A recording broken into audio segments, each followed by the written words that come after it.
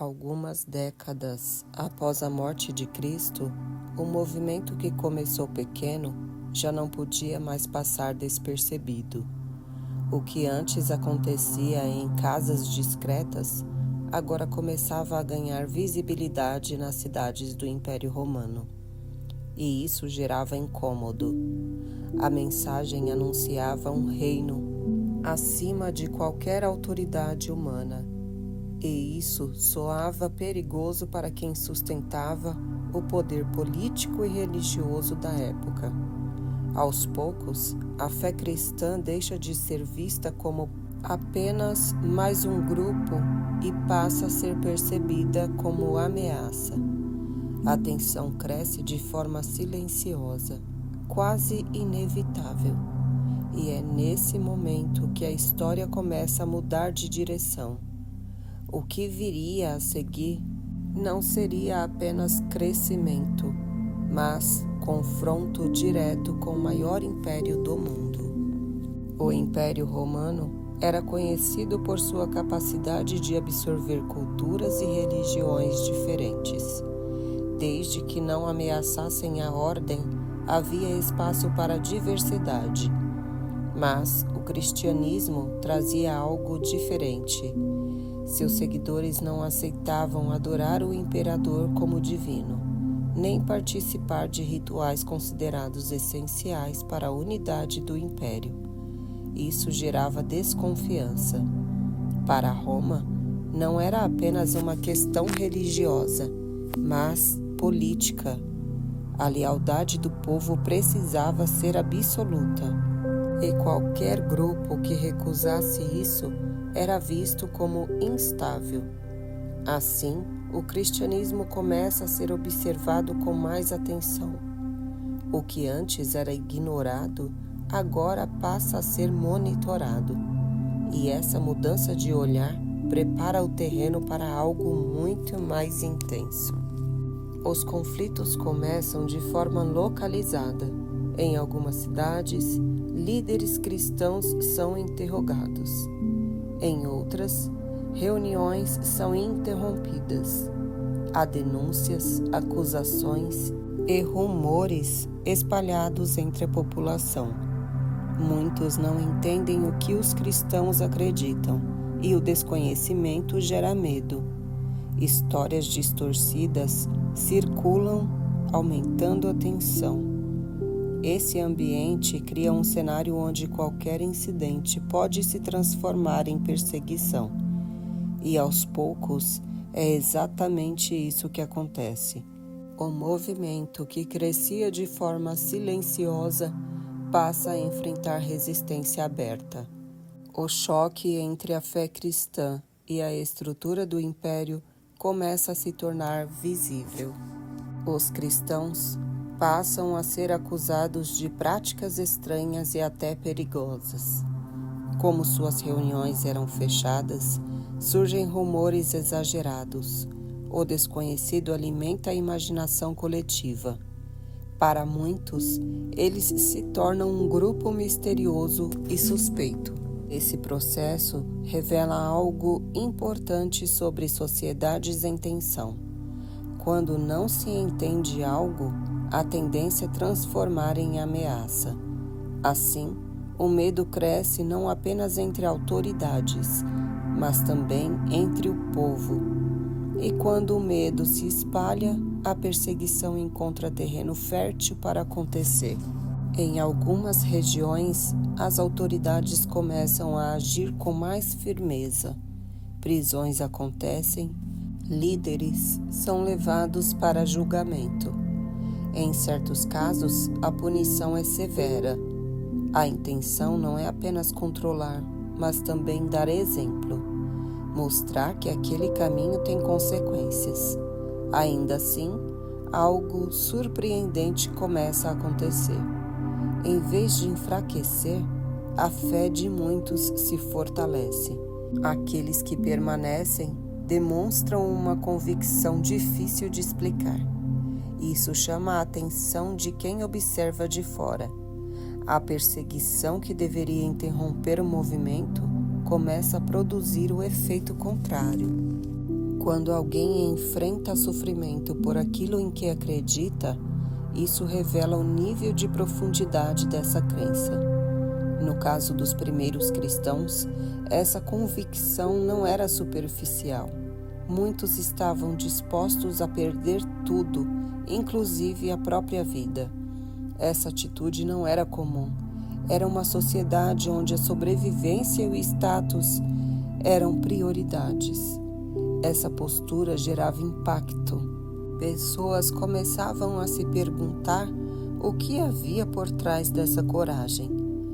E essa pergunta se tornava muitas vezes o início de uma nova busca. Com o aumento da pressão, surgem os primeiros mártires, pessoas que se recusam a negar sua fé mesmo diante da morte. Seus relatos começam a circular entre as comunidades, fortalecendo outros seguidores. Essas histórias não são contadas como tragédia, mas como testemunho. Isso muda completamente a forma como o sofrimento é percebido. Em vez de derrota, passa a ser visto como afirmação de algo maior.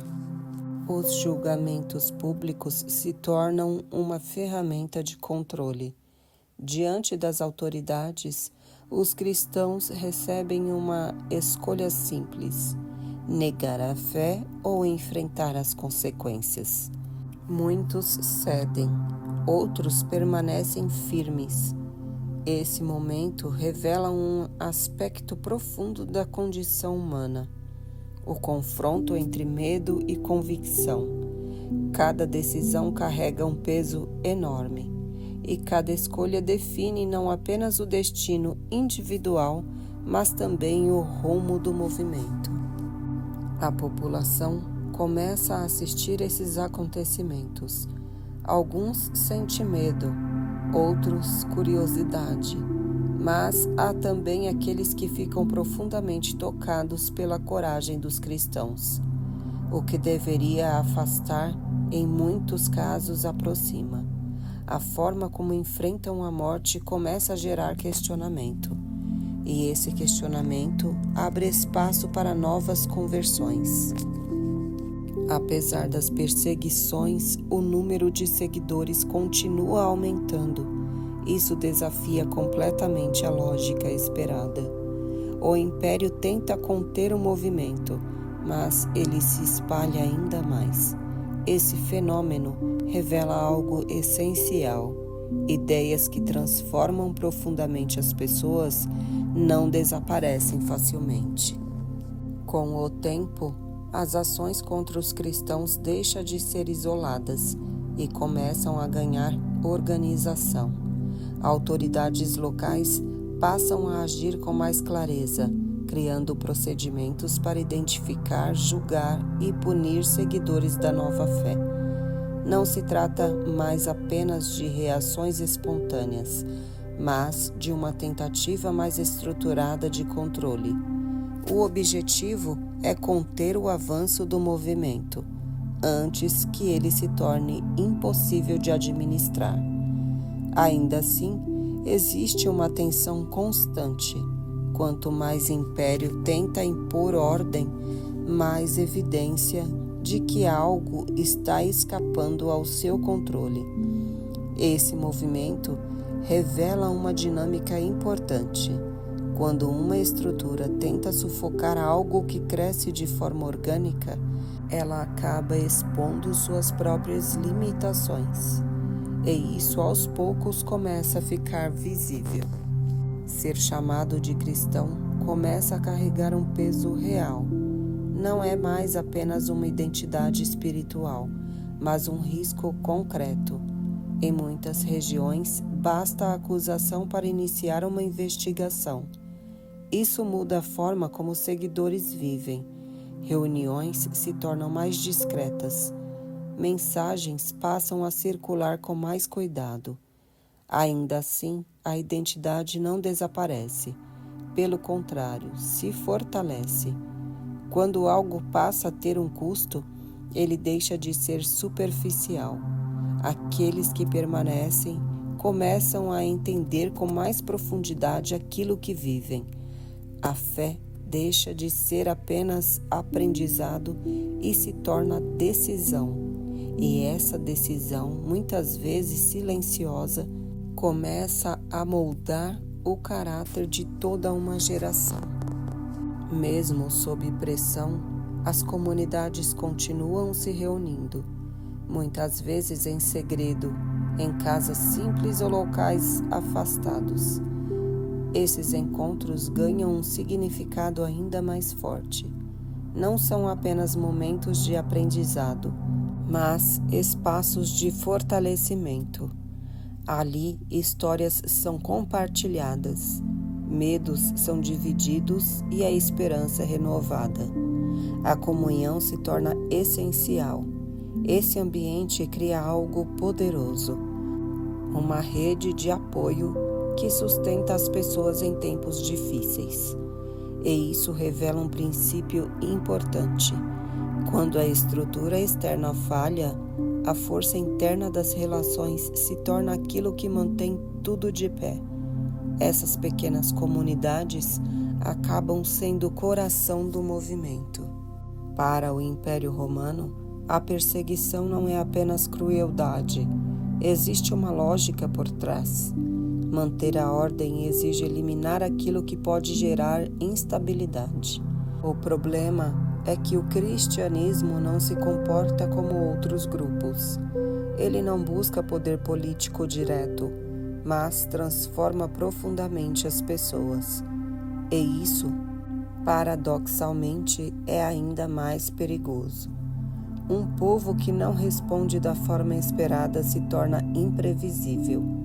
Roma percebe que não está lidando apenas com uma religião, mas com uma mudança de mentalidade, e isso torna o confronto inevitável.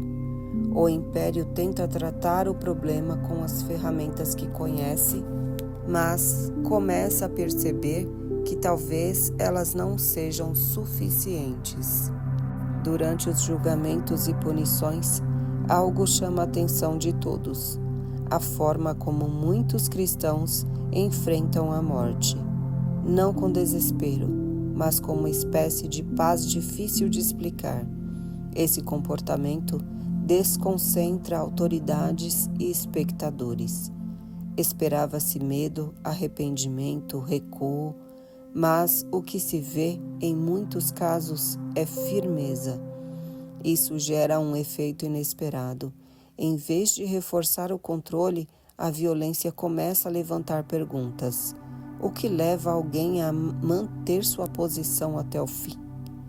Essa pergunta passa a circular silenciosamente entre aqueles que observam, e muitas vezes é nesse ponto que algo começa a mudar dentro das pessoas.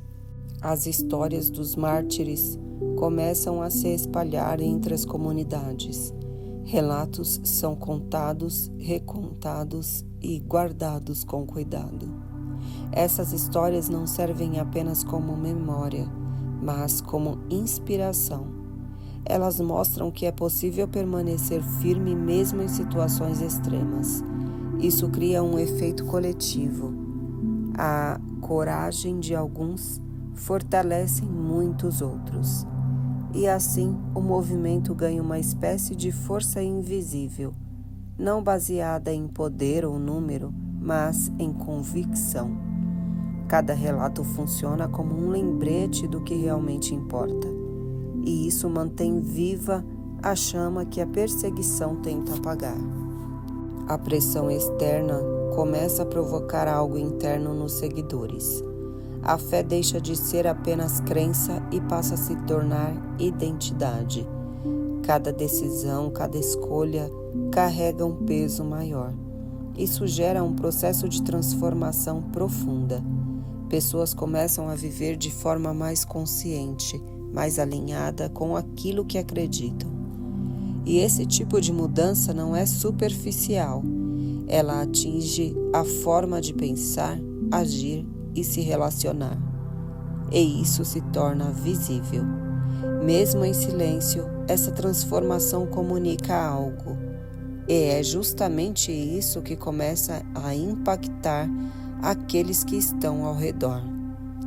Percebendo que as primeiras medidas não são suficientes, o império começa a agir com mais intensidade em algumas regiões. A perseguição se torna mais frequente, mais visível, e o objetivo é claro: interromper o crescimento antes que se torne incontrolável. Mas essa estratégia enfrenta um problema. Quanto mais visível a repressão, mais evidente se torna o conflito. E quanto mais evidente o conflito, mais pessoas começam a prestar atenção. O que antes passava despercebido, agora está diante de todos, e isso muda completamente o cenário. Algo inesperado começa a acontecer. Em vez de desaparecer, o movimento continua crescendo. Em alguns lugares, cresce ainda mais rápido. A tentativa de controle acaba gerando visibilidade, e a visibilidade desperta curiosidade. Pessoas começam a se perguntar o que há por trás dessa fé que resiste mesmo sob pressão. Esse fenômeno desafia a lógica comum. Normalmente, movimentos frágeis desaparecem diante de perseguições, mas aqui acontece o oposto, e isso começa a chamar atenção até mesmo dentro das estruturas de poder. Dentro das comunidades, a perseguição cria um efeito de fortalecimento. Aqueles que permanecem desenvolvem uma convicção mais sólida. A fé deixa de ser apenas uma escolha confortável e passa a ser um compromisso real. Isso muda completamente a forma como ela é vivida. Não há espaço para superficialidade. Cada pessoa entende o peso da decisão que tomou, e isso cria uma base muito mais firme. Essa profundidade se torna um dos pilares do crescimento do movimento. O império começa a perceber que existe um limite para o controle que pode exercer. Ele pode prender, punir, até eliminar indivíduos, mas não consegue impedir completamente a circulação de ideias. E quando uma ideia encontra espaço dentro das pessoas, ela se torna difícil de conter. Esse momento revela uma verdade importante sobre a história humana. O poder externo tem alcance limitado quando confrontado com convicções internas profundas. E é exatamente isso que começa a se evidenciar.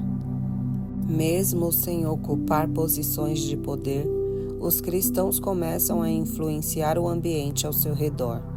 A forma como vivem, como tratam os outros e como enfrentam dificuldades começa a gerar impacto. Essa influência não é imposta, mas percebida. E muitas vezes é isso que torna sua presença ainda mais forte. A transformação não acontece apenas através de discursos, mas através da vida cotidiana, e isso cria um efeito duradouro. A soma de todos esses fatores começa a produzir algo maior. O movimento cristão já não pode ser ignorado. Mesmo sob perseguição, ele continua presente, crescendo e influenciando. Isso cria uma tensão crescente dentro do império. Algo precisa mudar. A forma como Roma lida com essa realidade não poderá continuar a mesma para sempre. E essa percepção começa a surgir lentamente. A história começa a se aproximar de um ponto de mudança. A fé que foi perseguida começa a ocupar um espaço cada vez mais relevante dentro da sociedade.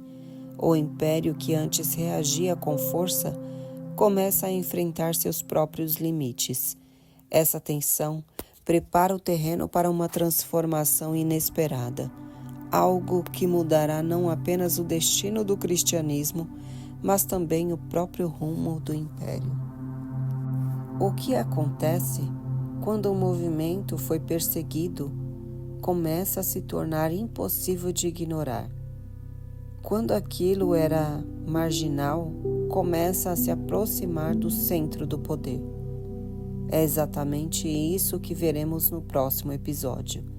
A história nos levará a um momento decisivo, onde o Império Romano deixará de apenas combater essa fé e começa a se transformar por causa dela.